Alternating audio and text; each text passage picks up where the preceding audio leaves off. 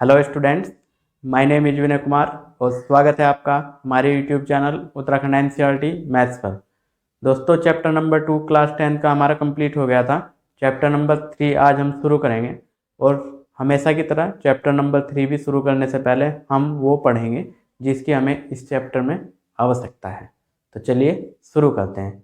तब तक अगर आप चैनल पर नए हैं तो चैनल को शेयर एंड सब्सक्राइब कर दीजिए और बेल आइकन भी प्रेस कर दीजिए जिससे कि आने वाली वीडियो आपको नोटिफाई होती रहे। ठीक है, तो चैप्टर नंबर 3 है हमारा दो दो चर वाले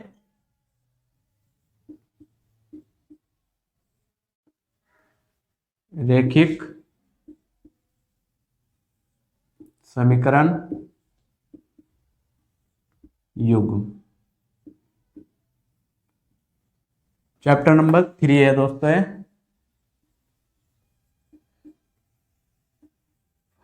ठीक है, ये चैप्टर नंबर 3 दो चर वाले रैखिक समीकरण युग्म। तो आइए इसका मतलब देखिए।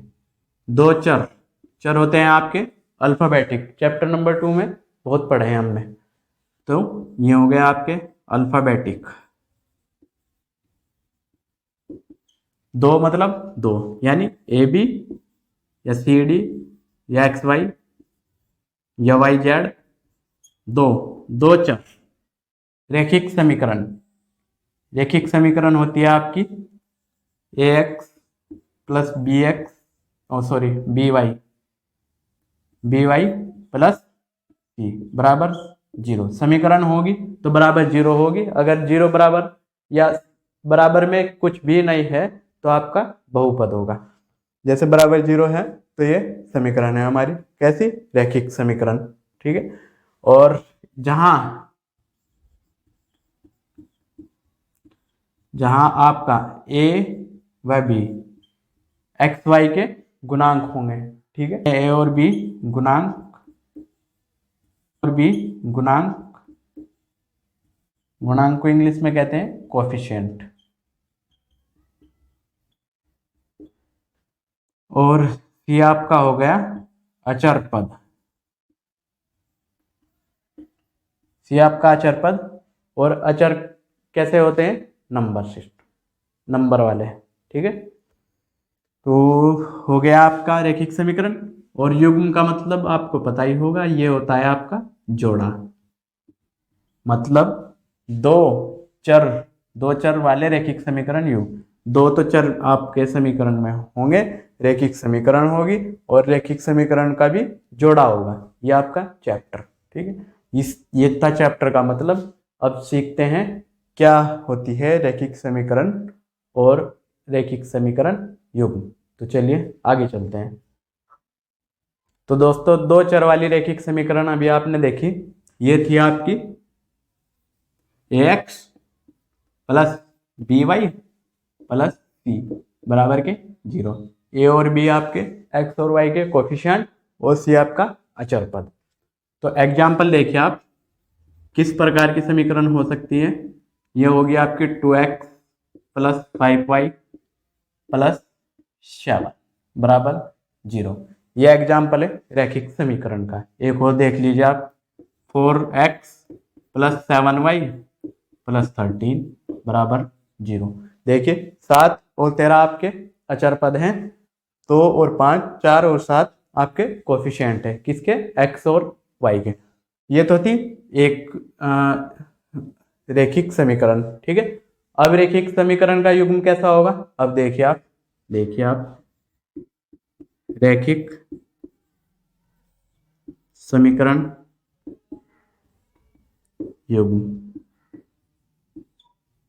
युग्म में देखिए आप, समीकरण तो यही होगी, A X plus B Y plus C बराबर के 0। जब युग्म है तो दो ऐसी होंगी, A X plus B Y plus C बराबर के 0। ये आपका युग्म।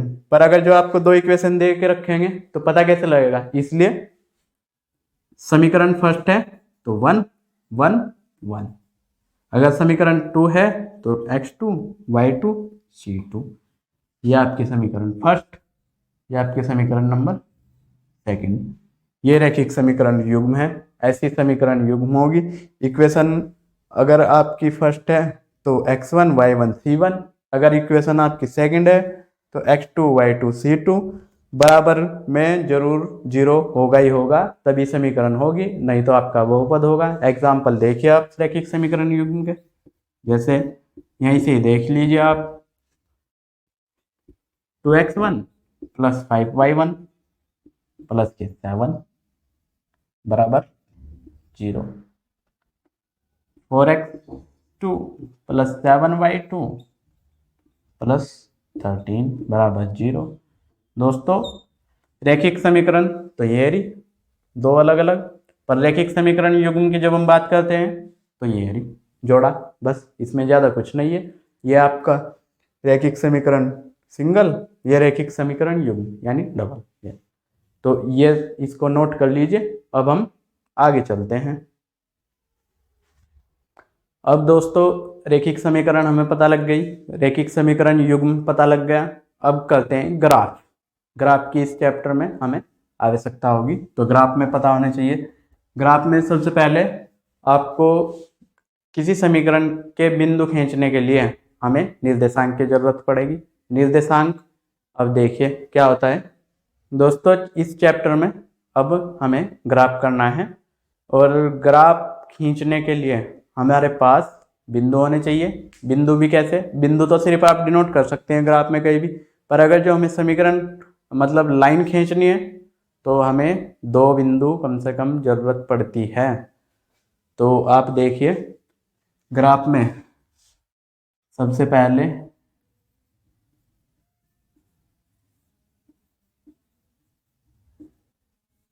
बिंदु होने चाहिए,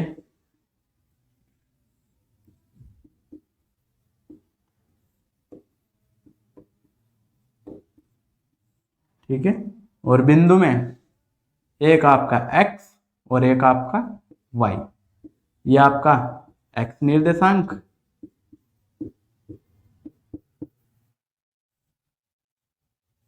और ये आपका y निर्देशांक।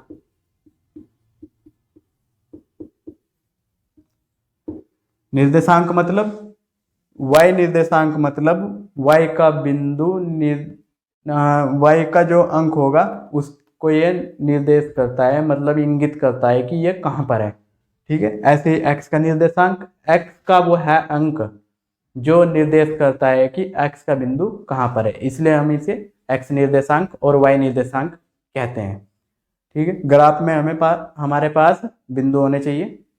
तो अब एक समीकरण देखिए आप, समीकरण में एक समीकरण के कितने हल हो सकते हैं दोस्तों, एक समीकरण के अनंत हल होंगे। अनंत हल कैसे देखिए, चलिए मान लिया हमारे पास कोई समीकरण है,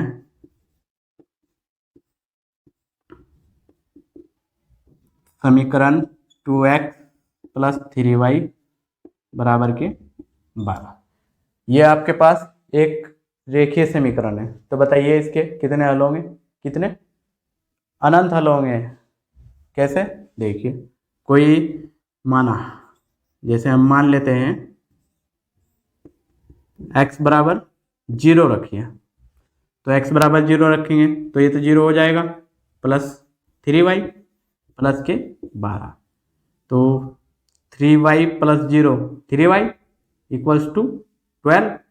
तो ये 3 आपका गुना में है यानी मल्टीप्लाई में, डिवाइड में जा करके तो 12/3 4, तो y बराबर 4। देखिए बिंदु क्या है, x के स्थान पर 0 और y के स्थान पर 4, एक बिंदु आ गया दोस्तों। अब देखिए आप, तो एक और रख लीजिए, x बराबर 3 रख लीजिए, तो 3 रखे हमने, तो 2 इंटू 3 प्लस 3 इंटू वाई बराबर 12, 2 तिया 6, 6 उधर जा करके माइनस में, तो ये 3y 12 में से 6 गया 6, y बराबर 2, बिंदु आ गया आपका 3 2। तो दोस्तों एक समीकरण की लाइन खींचने के लिए हमें कितने बिंदुओं की आवश्यकता होगी, 2। अच्छा ये तो हमने किया है, कोई कहेगा कि सर आप 5 मान लीजिए, सर आप x बराबर ही हमने 0 क्यों माना, आप y बराबर 0 मान लीजिए। देख लो भाई, y बराबर हमने 0 रखा तो ये 0, तो 2x plus 0 2x equals to 12। x बराबर देखेंगे तो 6 आ जाएगा, क्योंकि 2 छक्की 12। तो पहला बिंदु आपका 6 आ गया, दूसरा बिंदु आपका 0, एक बिंदु ये भी आ गया, 3 हल हो गए। वो सॉरी, तीसरा बिंदु भी आ गया। और देखिए आप देखिए कि y बराबर आप 4 रखेंगे, तो y बराबर 4 रखने पर 4 तिया 12, 12 में से 12 गया 0, x कितना आ गया 0, तो बिंदु आपके 0 4 आ गए। 0 4 ये हमारा आ ही गया था। कोई और संख्या मान लीजिए, आप मान लीजिए 8 मान लीजिए, y बराबर 8 रखेंगे तो 8 तिया 24, 24 इधर जा करके माइनस में, तो ये माइनस का 12 और x बराबर आ जाएगा माइनस का 6, तो बिंदु आपके -6 और 8।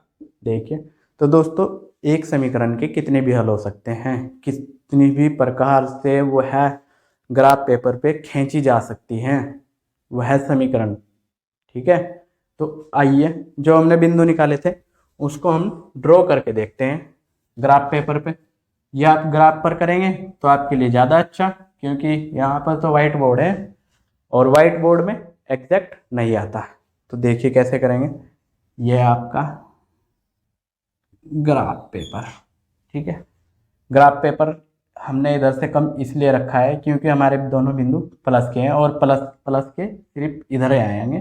कैसे, देखिए ये आपका x, ये आपका x डैश, ये y, ये y डैश, सेंटर में आपके बिंदु x भी 0 और y भी 0।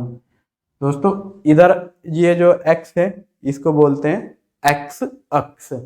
x अक्ष पर y का मान हमेशा 0 होता है। ठीक है, और ये y अक्ष पर x अक्ष का मान 0 होता है। तो ये 2 पॉइंट आपके बहुत काम के हैं।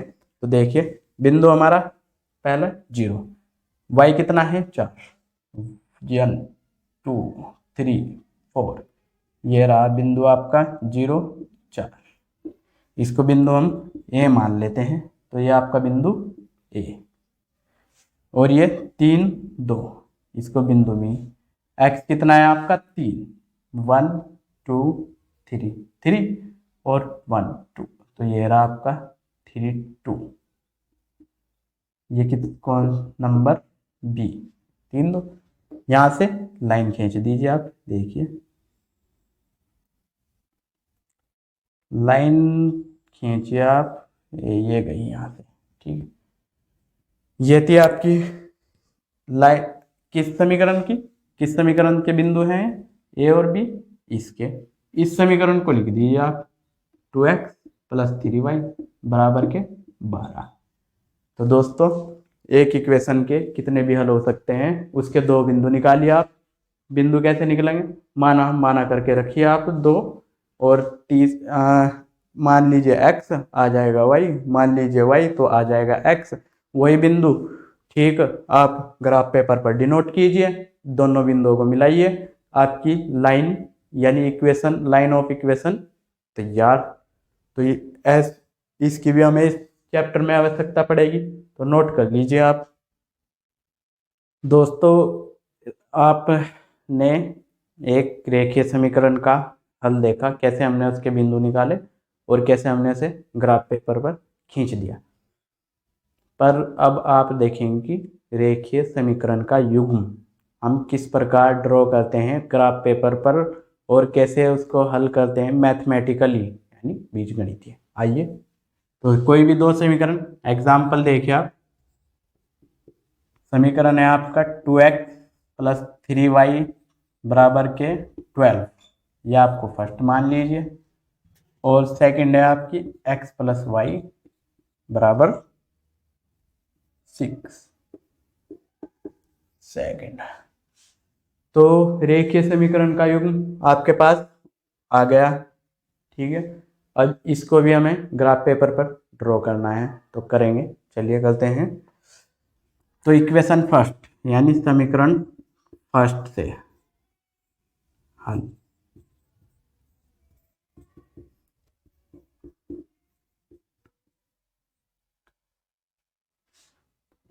2x प्लस 3y बराबर 12। बिंदु निकालते हैं तो माना रखिए x बराबर 0 रखेंगे तो ये 0, ये 0, तो 2 इंटू 0 प्लस 3y बराबर 12। ये 0 हो जाएगा तो ये 3y बराबर 12। 3 डिवाइड में चल जाएगा, डिवाइड में चल जाएगा तो 3, 3 चौक 12, 4 आ जाएगा।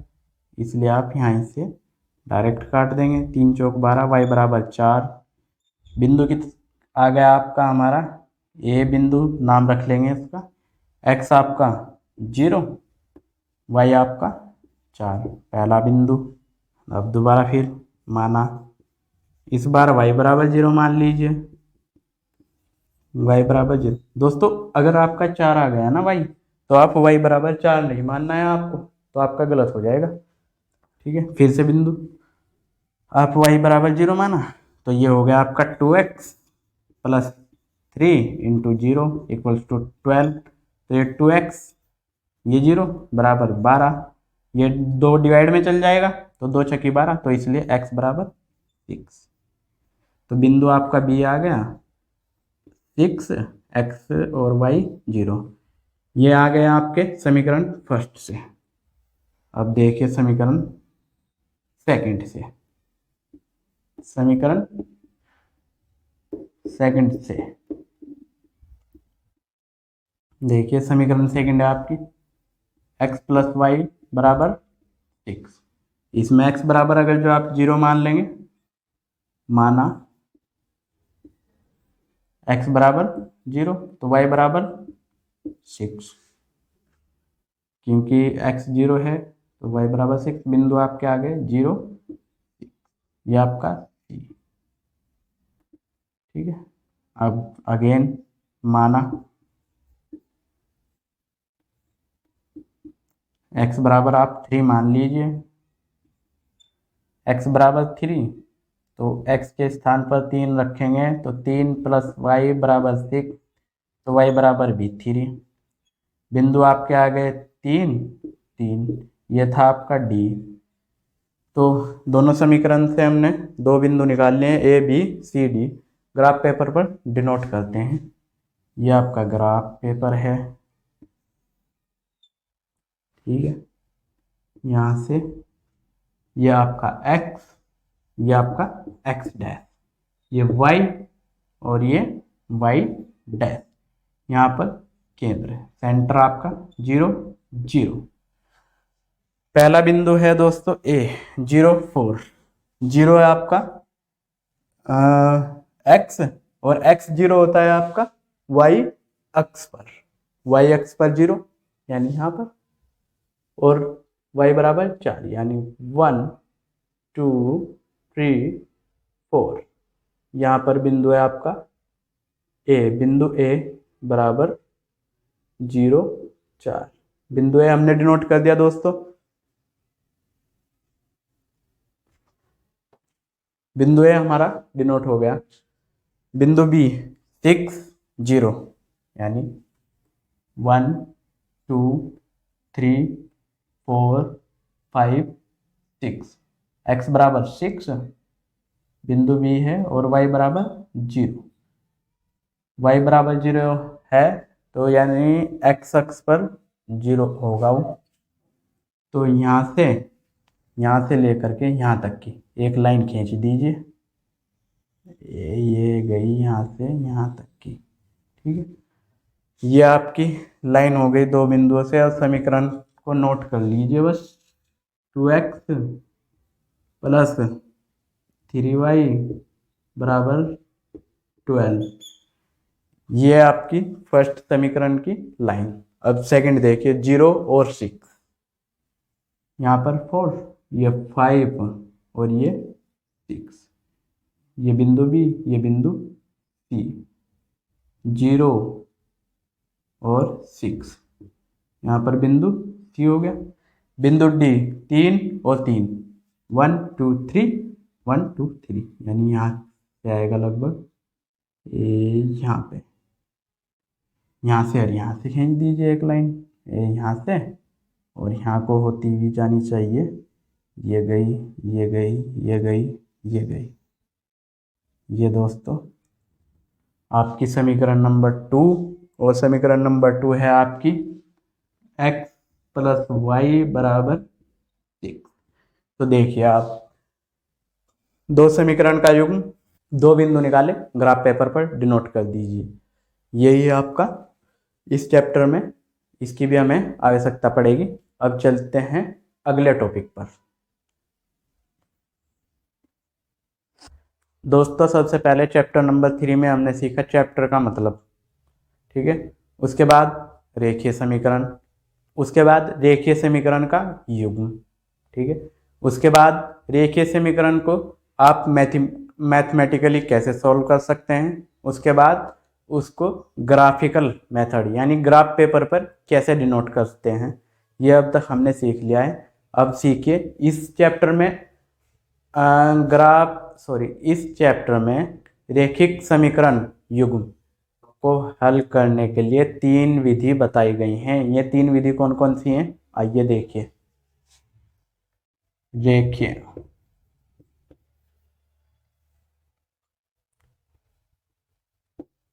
रेखीय समीकरण हल करने की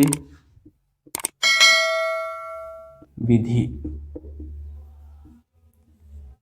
फर्स्ट है आपकी प्रतिस्थापन विधि,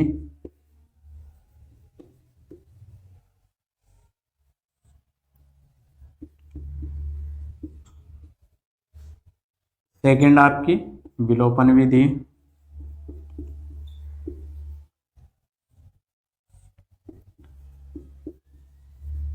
and the third one is आपकी ब्रज गुणन विधि, अजगुणन विधि।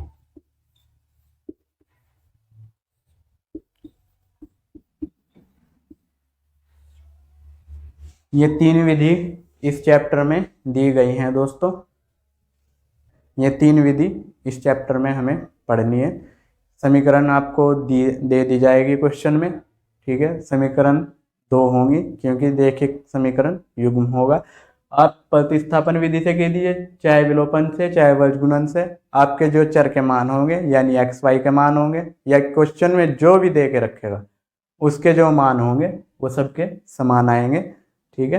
प्रतिस्थापन विधि में आपको क्या करना है कि किसी भी एक समीकरण से आप एक चर का मान निकालिए, और जो जिस समीकरण से हमने मान निकाला है उससे दूसरी समीकरण में उस चर का मान रखिए, तो दूसरे चर का मान आ जाएगा। विलोपन विधि में आप कोई सा भी एक चर बराबर कर लीजिए मल्टीप्लाई करके, और उसको डिवाइड कर दीजिए, तो आपका एक चर का मान निकल जाएगा। जब एक चर का निकल जाएगा तो वह मान किसी भी समीकरण में रखिए, आपका निकल जाए। वर्ग गुणन विधि में आपको चैप्टर पेज नंबर 51 पर एक टेबल दी गई है, वो आपको याद होनी चाहिए, ठीक है। अगर जो आपके याद होगी तो आपको वर्ग गुणन विधि आराम से सोल्व कर सकते हैं। एक एग्जाम्पल की मदद से हम तीनों विधि को हल करेंगे, ठीक है। अब आइए करते हैं, तब तक आप इसको नोट कर लीजिए। दोस्तों 3 विधि मैंने बताई थी। अब तीनों विधि में आपको एक समीकरण युग्म से आपके जो चर होंगे एक्स वाई, उनके जो मान आएंगे वो तीनों विधि से समान आएंगे। आइए देखिए कैसे करते हैं हम तीनों विधि एक ही एग्जाम्पल से, ठीक है। तो आपकी इक्वेशन होगी इसमें, फर्स्ट इक्वेशन होगी 3x plus 2y equals to 13, first, ये आपकी फर्स्ट समीकरण। सेकंड होगी आपकी समीकरण 2x plus 3y equals to 12, ये आपकी सेकंड समीकरण। तो दोस्तों ऐसे ही इसमें फर्स्ट आपकी होगी 3x plus 2y equals to 13, ये आपकी फर्स्ट। सेकंड होगी समीकरण आपकी 2x प्लस 3y बराबर 12, ये आपकी सेकंड समीकरण। ऐसे ही इसमें होगी 3x plus 2y equals to 13, ये आपकी फर्स्ट समीकरण। ये आपकी 2x plus 3y equals to 12, ये आपकी सेकंड समीकरण। तो विलोपन विधि, व्रजगुणन विधि और प्रतिस्थापन विधि, इनसे हल करते हैं। तो देखिए, मैंने बताया था सबसे पहले किसी एक चर का मान निकालिए आप, समीकरण फर्स्ट से हल करते हैं। समीकरण फर्स्ट से x का मान निकालने पर, समीकरण फर्स्ट से, ठीक है, x का मान निकालते हैं तो 3x plus 2y equals to 13।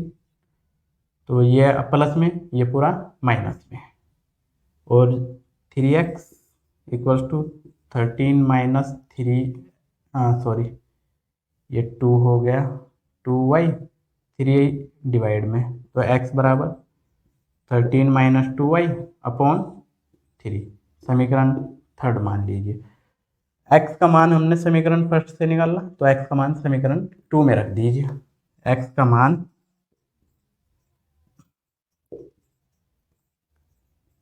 समीकरण 2 में रखने पर,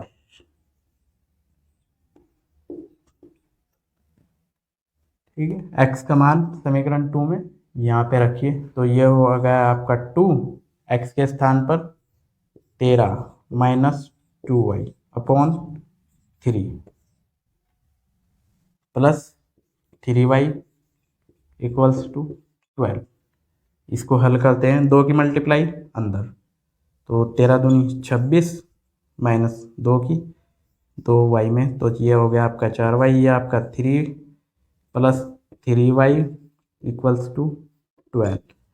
इसके हर में 1 है, तो इसका हर हम 3 कर लेंगे, तो 3 की मल्टीप्लाई इसमें करेंगे, तो जब 3 की मल्टीप्लाई, जैसे इसका 1 होगा हर, तो 3 की मल्टीप्लाई इसमें, तो 3 की इसमें, ठीक है, हर हो गया, तो 3 दिया 9y, तो यह हो गया आपका 26 माइनस 4y अपॉन 3 प्लस 3 दिया 9y अपॉन 3 बराबर। इसको कर देंगे, इसको जोड़ देंगे, और ये जो 3 आएगा नीचे आपका हर में, ये आपका 12 के साथ मल्टीप्लाई में, 26 माइनस 4y प्लस के 9y इक्वल्स टू 3, आप उधर जा करके 12 दिया 36 मल्टीप्लाई में, चर चर एक तरफ और आपके चर एक तरफ और अचर एक तरफ, तो 9y minus 4y minus plus के 5y इक्वल्स टू ये 36 प्लस का 26 उधर जा करके माइनस में हो जाएगा, तो 36 माइनस 26 10, 5 से कट, y बराबर 2, ठीक है, y बराबर 2 और y बराबर 2। देखिए, y का मान समीकरण थर्ड में रख दो, फर्स्ट में रख दो, सेकंड में रख दो, सेम आएगा।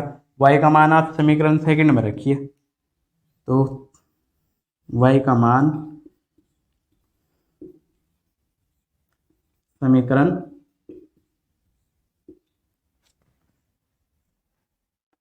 सेकंड में रखने पर, ये रखा हमने, y का मान 2y यानी 2 इंटू 2 4, तो x बराबर 13 माइनस y की जगह 2, तो 2 दूनी 4 माइनस 4 अपॉन कितना था 3, 13 में से 4 गए 9, और 9 को 3 से डिवाइड करेंगे तो 3, तो x बराबर आपका आ जाएगा 3, x बराबर 3 और y बराबर 2। ठीक है दोस्तों, ये आपके आया आपके प्रतिस्थापन विधि से। दिख रहा है? हाँ दिख रहा है भाई। तो दोस्तों ये तो क्या हमने प्रतिस्थापन विधि से, अब करते हैं हम विलोपन विधि से।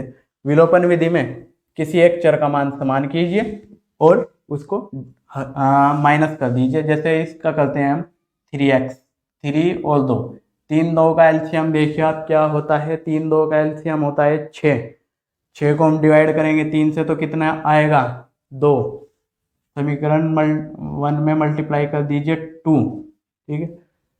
और समीकरण सेकंड में देखिए आप, जब 6 को जो एलसीएम आया था 2 से डिवाइड करेंगे तो आएगा आपका 3, यानी समीकरण 2 में आप 3 से मल्टीप्लाई कीजिए। दोस्तों एक और बात, जैसा हम समीकरण फर्स्ट में किसी चर या चर को करते हैं ना फर्स्ट या सेकंड में, तो जैसे हमने फर्स्ट का करना है तो x का कोफिशिएंट देखिए, x के कोफिशिएंट से मल्टीप्लाई कीजिए। ऐसे ही समीकरण 2 को हमें x इक्वल करना है तो समीकरण फर्स्ट में x का कोफिशिएंट उससे मल्टीप्लाई कीजिए। तो चलिए करते हैं इसका हल। देखिए आप समीकरण फर्स्ट में 2 से गुना व समीकरण सेकंड में 3 से गुना कर घटाने पर, मैंने बताया था कि घटाना है, समीकरण फर्स्ट से सेकंड में घटा दीजिए, चाहे समीकरण सेकंड से फर्स्ट में घटाने पर समीकरण फर्स्ट में 2 से गुना कीजिए। 2 तिया 6x प्लस 2 दूनी 4y बराबर 13 दूनी 26। ये आपकी समीकरण नंबर 3। ठीक है, यहाँ से देखिए 3 दूनी 6x प्लस 3 तिया 9y इक्वल्स टू 12 दूनी 24, 12 तिया 36। समीकरण नंबर 4 घटाने पर, यानी ये भी घट, ये भी। अब ये भाई प्लस के 4 और माइनस के 9 तो माइनस के 5y, ओके। प्लस के 26 और माइनस के 36 तो माइनस के 10, माइनस से माइनस कैंसिल, 5 से 10, y बराबर 2। y का मान आप फर्स्ट सेकंड थर्ड फोर्थ किसी में भी रख लीजिए, आपका x का मान आ जाएगा। तो y का मान समीकरण फर्स्ट में रखने पर y का मान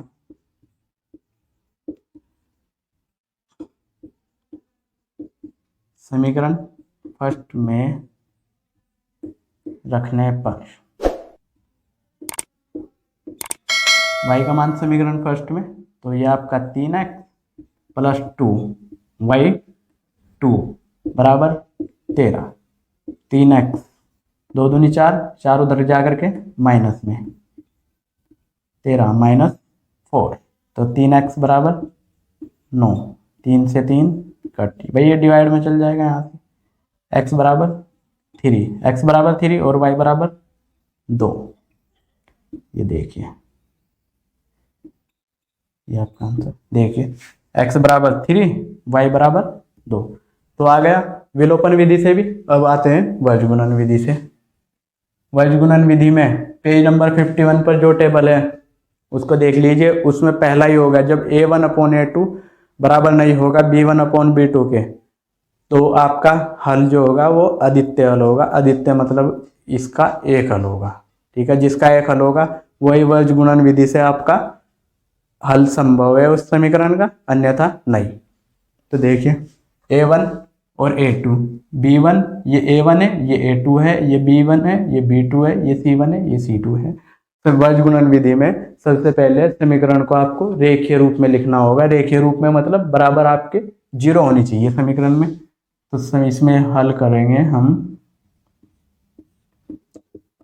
समीकरण फर्स्ट व सेकंड को रेखीय रूप, कहाँ तक दिखेगा,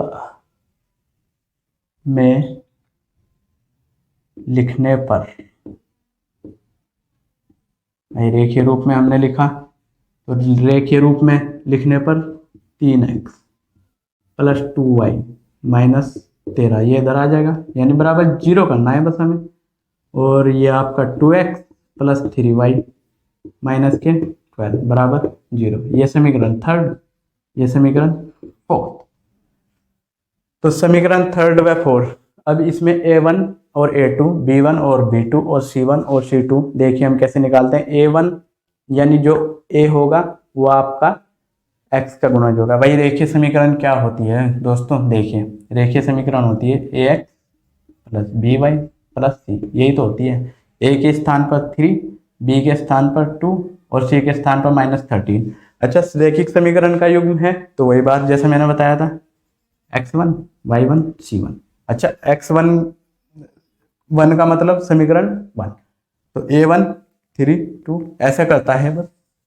तो इसलिए हम x के जो गुणज होंगे इनको एक्स वाई के लिख देंगे। कैसे भाई, x1 बराबर आप सॉरी ये आपका होगा a1 बराबर 3, a2 बराबर समीकरण नंबर 2 में x का गुणज 2, b1 आपका 2, b2 आपका 3, c1 आपका -13, c2 आपका -12, ये हो गया।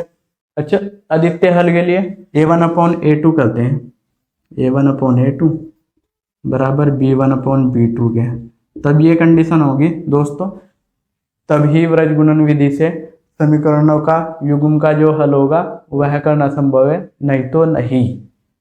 a1 देखिए 3/2, b1 है आपका 2/3, तो ये आपका बराबर नहीं है, मतलब समीकरण व्रज गुणन विधि से हल करना संभव। उसके बाद देखिए आपको क्या करना है इसमें, ये तो थोड़ा यहाँ से ना लर्न प्रोसेस है, ये आपके x1 y1 x y1, ये आपको ऐसा करना होगा जैसे कि आप याद करना होगा, बस ये समझ लीजिए।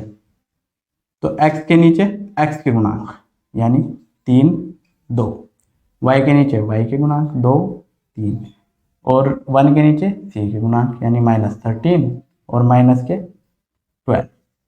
अगली लाइन देखिए दोस्तों आप कैसे करेंगे, तो देखिए आप थोड़ा ना ये घिचपिच सा अगर जो आपको लग रहा है, ऐसे तो साफ दिख रहा होगा बिल्कुल, ये इसलिए दिख रहा है क्योंकि एक ही बोर्ड पर ना ये आप 6x4 फीट का बोर्ड है, इसलिए थोड़ा मैंने प्रतिस्थापन विलोपन और वर्ज एक ही उस पर कर रहा हूँ ना, तो इसलिए थोड़ा घिचपिच लग रहा है, तो प्लीज़ आप एडजस्ट कर लीजिए, ये सिर्फ समझाने के लिए।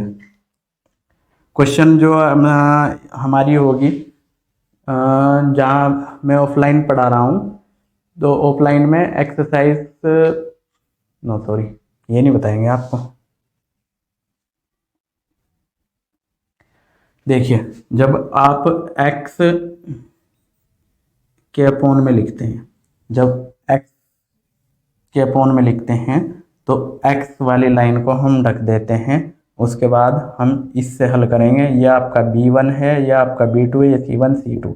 तो b1 यहाँ से पहले से देखिए b1 गुणा c2, b1 गुणा c2 माइनस होगा b2 गुणा c1 के, b2 गुणा c1 बराबर y अपॉन, देखिए जब y को हम ढक लेंगे, भाई ढक लिया जैसे हमने y का, ये यहाँ से हमने ढक लिया है, तो अब बचा x के और 1 के। इसमें एक बात याद रखिए दोस्तों, x का जो a1 होगा ना उस ये आपका पहले में नहीं आएगा, ये आपका बाद में आएगा, सिर्फ y के लिए यह कंडीशन लागू होती है। देखिए आप, तो ये आपका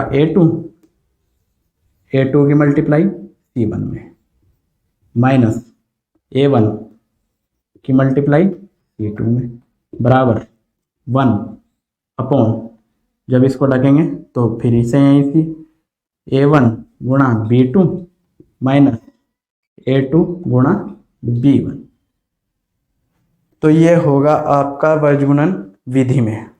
तो वर्गगुणन विधि में आप वैल्यू रखिए x अपॉन भाई b1 c2, देखिए आप जरा b1 क्या है आपका 2 और c2 आपका -12, तो 12 दूनी 24, ये माइनस के 24। भाई थोड़ा सा मैं शॉर्ट इसलिए कर रहा हूँ क्योंकि बोर्ड पर जहाँ कम है। b2 c1, b2 3 c1 3, तो 13 तिया 39 का, ये माइनस का 39, भाई माइनस का 39 है तो माइनस माइनस प्लस हो जाएगा, तो इसको हम रब कर करके प्लस लिख देते हैं, ये आपका +39